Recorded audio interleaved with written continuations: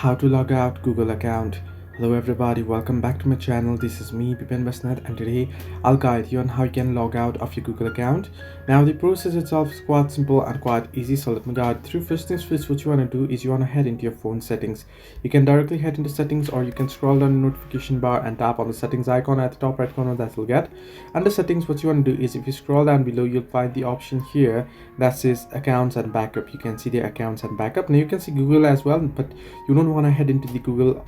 There you want to head into accounts and backup. Once under accounts and backup, you'll find the option that says manage accounts. You want to simply tap on it, and once you tap on it here, you'll get all your Google accounts here. Every accounts that you have on your device, you'll find it here. You can see my Telegram, my Dropbox, Viber, WhatsApp, and my Google. Plenty of Google accounts you can see here. What you want to do is you want to tap on the particular Google account that you wish to log out from your device, and there you can see remove account. Simply tap on remove account and you'll get logged out from your device, from every single apps and anything such on your phone as well. So this way you can log out Google account. Hope this helped you. Do like and subscribe, and do not forget to leave a comment down below if you have any further issues.